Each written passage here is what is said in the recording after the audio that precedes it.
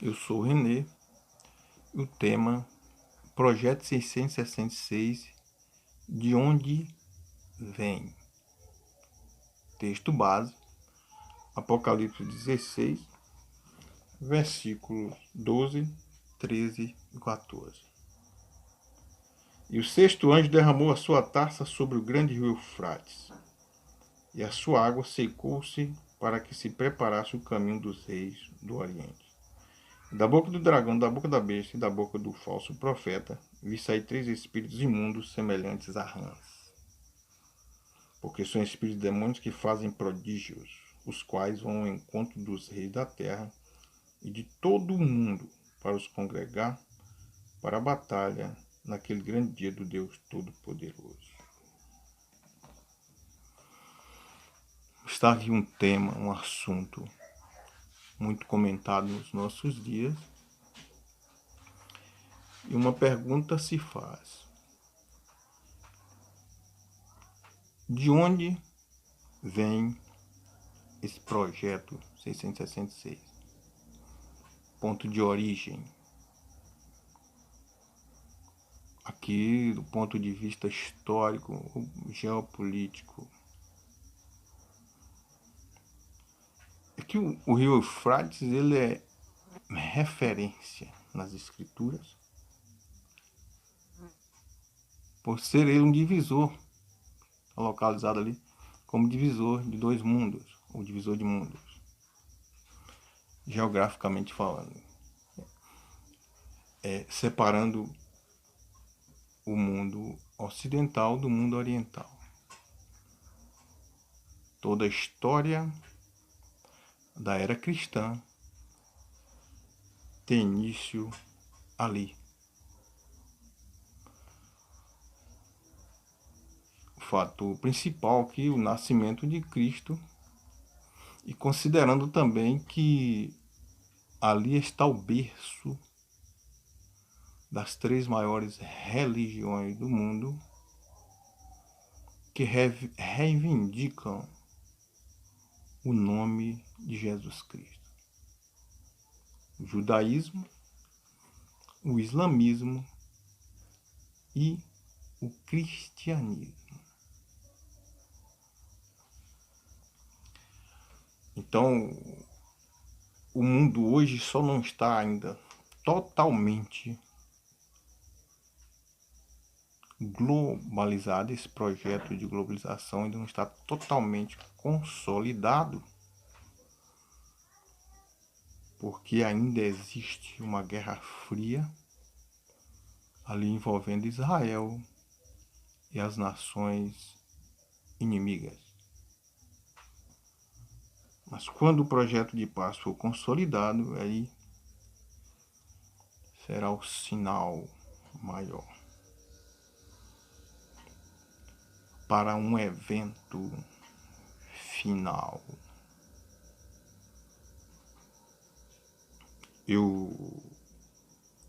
Há de se entender que tudo partindo dali avança para o Ocidente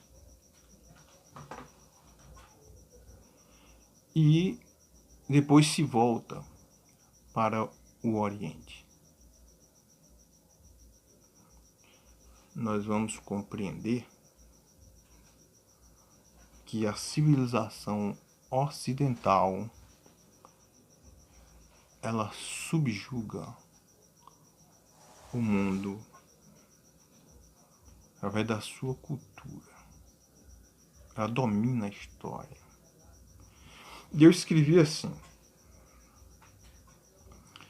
2 sistemas político-eclesiásticos, catolicismo e protestantismo, compõem a civilização cristã que geopoliticamente compreende os continentes europeu e americanos.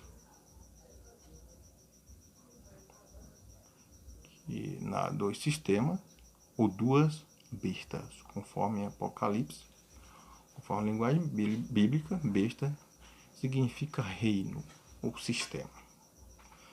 Porém, considerando os termos globalização no mundo político, econômico e ecumenismo no mundo religioso, como autorias da civilização ocidental, concluímos que a trindade satânica de Apocalipse 16,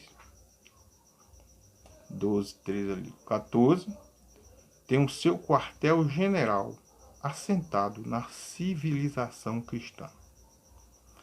Numa realidade alternativa, como seria a história da humanidade sem a morte de Cristo, sem as perseguições e morte das igrejas primitivas, sem a queda do Império Romano e o surgimento de uma nova civilização mista, sem o advento da Reforma Protestante, sem o protestantismo, sem a Revolução Francesa, sem a Revolução Industrial, sem a democracia representativa, sem a revolução tecnológica, sem as Primeira e Segunda Guerras Mundiais, até que tentei, mas não consegui imaginar um mundo sem cristianismo, sem papas e seus dogmas e artigos de fé, sem os mandamentos adulterados, sem as procissões, sem as romarias, sem os sinos, sem as missas, sem Natal, sem Sexta-feira da Paixão, sem Páscoa, sem a escola bíblica dominical, sem a instituição do adultério. Tentei, mas não consegui. Eu entendi que não ia chegar a lugar nenhum. Então, voltemos à realidade. Ou à imaginação. Como imaginar um mundo sem a ONU, sem FMI, sem OMC, sem OMS, sem BM, sem UE, sem Unesco, sem Unicef, sem o calendário gregoriano, sem Olimpíadas, sem Copa do Mundo, sem 1º de janeiro, o Dia Mundial da Confraternização, o Dia da Confraternização Mundial,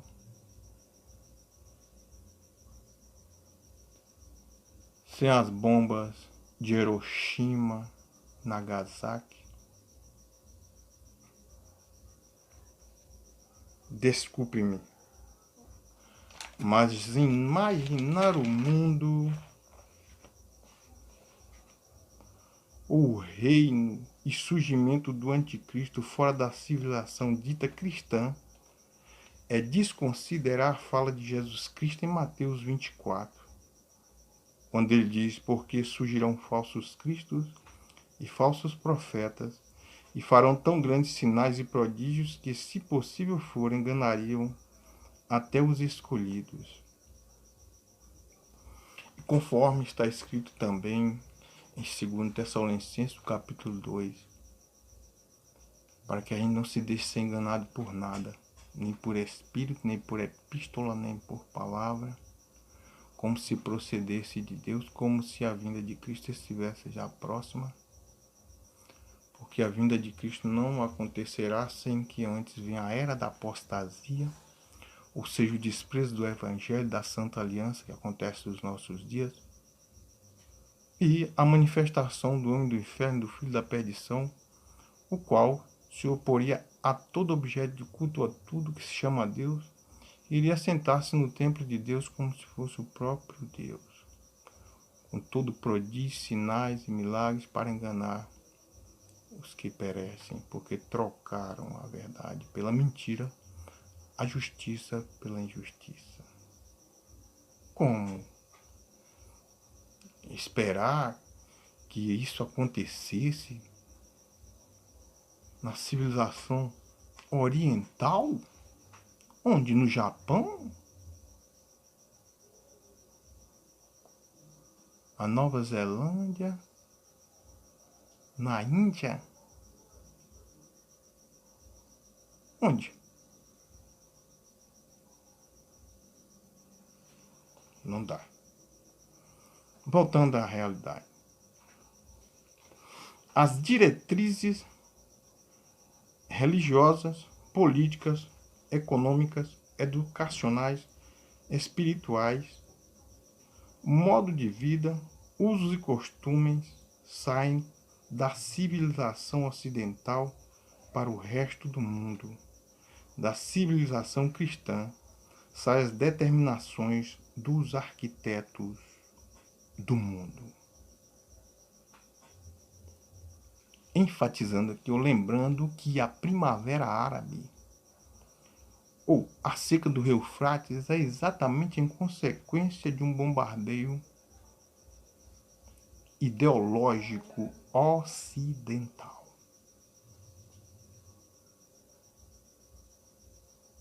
A barreira ideológica imposta pelas civilizações ribeirinhas do rio Eufrates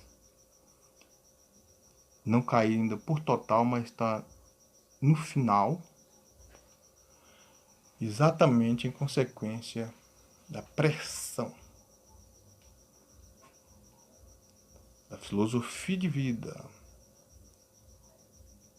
do Ocidente, da civilização cristã. Desconsiderando o fator tempo de origem de cada uma, as duas bestas de Apocalipse 13 são iguais na sua estrutura formal e no seu sistema funcional, conforme comentários, e compartilham de uma mesma cabeça, o cristianismo. Aqui entra a fala de Jesus, quando em Apocalipse 18, 1 a 4, ele trata de uma religião universal com a qual todos os reis da terra se prostituiriam.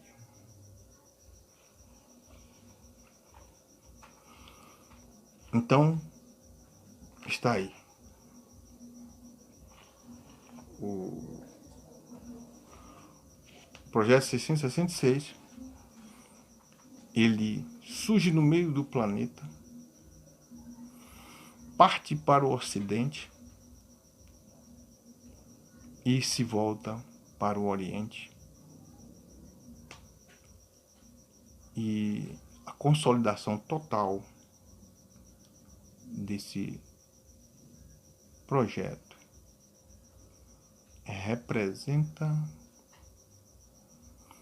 assim como a Torre de Babel em Gênesis 11,